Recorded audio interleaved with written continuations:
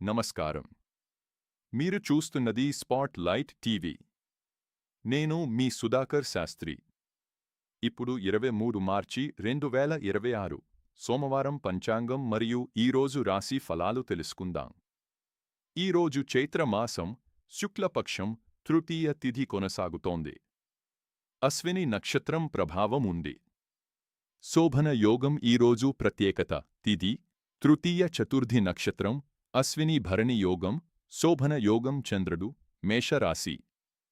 ముఖ్య సమయాలు: సూర్యోదయం ఉదయం 6:09 సూర్యాస్తమయం సాయంత్రం 6:26 రాహుకాలం 7:30 9 యమగండం 10:30 12 గుళిక కాలం 1:33. రాశి ఫలాలు: మేషం కొత్త అవకాశాలు, ఉత్సాహం, శుభదినం. వృషభం ఖర్చులు పెరుగుతాయి, కుటుంబంలో జాగ్రత్త. మిథునం స్నేహితుల సహాయం, ఉద్యోగ అవకాశాలు.